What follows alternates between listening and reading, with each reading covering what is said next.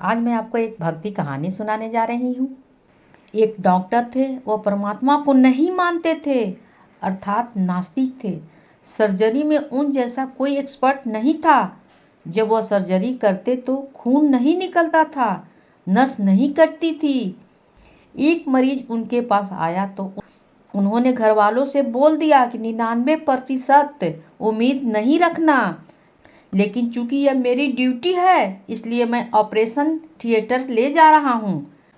जिसका ऑपरेशन करना था वह होश में था और ईश्वर की याद कर रहा था। डॉक्टर ने पूछा, यह क्या तुम कर रहे हो? मरीज बोला, ईश्वर को याद कर रहा हूँ। मुझे आप में साक्षात परमात्मा दिखाई दे रहा है जो मेरा ऑपरेशन करने के लिए आ रहे हैं। डॉक्टर हैरान हुआ और बोला, अच्छा बताओ कि परमात्मा आपको क्या बोल रहा है? मरीज बोला, परमात्मा कह रहा है कि घबराओ नहीं, आधे घंटे बाद तुम ठीक हो जाओगे। डॉक्टर बोला, अच्छा, क्या उन्होंने ऐसा कहा? इसके बाद मरीज को बेहोशी की दवा दी गई। फिर उसका ऑपरेशन हुआ। डॉक्टर कह रहे थे कि मुझे पूरा विश्वास है कि यह बचेगा नहीं, लेकिन न केवल उसका ऑपरेशन सफल हुआ और उसने काफ़ी दिनों तक जिंदगी भी जिया। इस घटना के बाद डॉक्टर ने ऑपरेशन थिएटर में भगवान का स्वरूप लगा दिया। जब भी वो ऑपरेशन करने के लिए जाता तो कहता, आप भी मेरे साथ आइए भगवान, ऑपरेशन करने के लिए।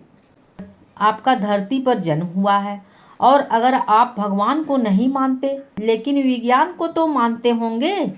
सहज बुद्धि और अंतर्दृष्टि का उपयोग करते हुए सोचने और कार्य करने की क्षमता ही प्रज्ञान कहलाती है। लेकिन उसका रिसोर्स कहाँ है, कहाँ से वो आया है, वो प्रज्ञान ही तो बताएगा। एक कहावत है ना, गूंगा क्या जाने गुड़ का स्वाद। गुड़ खाकर बता नहीं सकता क्योंकि वो बोल नहीं सकता, लेकिन जो गूंगा नहीं है वह भी गुड़ खाकर गुड़ का स्वाद नहीं बता सकता। वह तो केवल यही कहेगा ना कि गुड़ बहुत मीठा है। वह गुड़ खाने पर ही महसूस हो सकती है। यह कोई पूजा पाठ की बात नहीं है, कोई धर्म की बात नहीं है, किसी देवी देवता की भी बात नहीं है।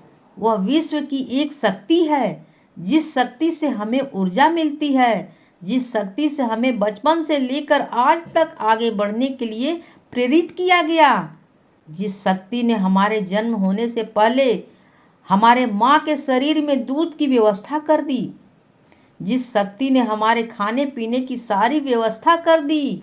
हम एक इमारत बनाते हैं तो पहले उसका नक्शा तैयार करते हैं, फिर उसका नक्शा पास कराते हैं, तब जाकर इमारत बनती है। आपको इस धरा पर भेजा है तो आपको तो कुछ सोचना ही पड़ेगा। पूरे जीवन का नक्शा तैयार हुआ होगा। इस नक्शे के बारे में आपको कुछ मालूम नहीं है। अगर कोई कहता है कि उसने जीवन में बहुत कुछ किया है तो दरअसल एक बहुत बड़ी ताकत है जो सब कुछ करवा रही है। वह ईश्वर ही तो है, और कौन है? ईश्वर के मर्जी के बिना कुछ भी नहीं हो सकता, यहाँ तक कि एक पत्ता भी नहीं हिल सकता। ईश्वर है, ईश्वर में विश्वास रखें, यही हम सबकी समझदारी है। कहानी होती है समाप्त।